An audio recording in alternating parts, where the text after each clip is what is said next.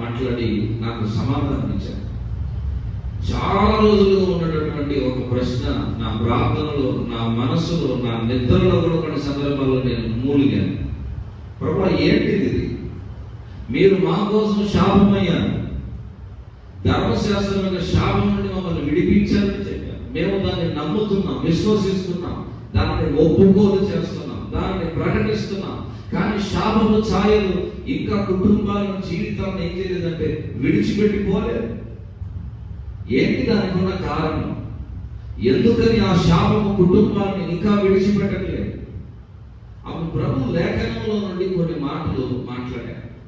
పాపములో కూడా కొన్ని రకాలైనటువంటి పాపాలు మనుషుని మీదకి శాపాన్ని తీసుకొస్తాయి. అవి ఏంటంటే, మొదటి యోహాను రాసిన పత్రిక 2వ అధ్యాయం, త్వరగా చూడండి.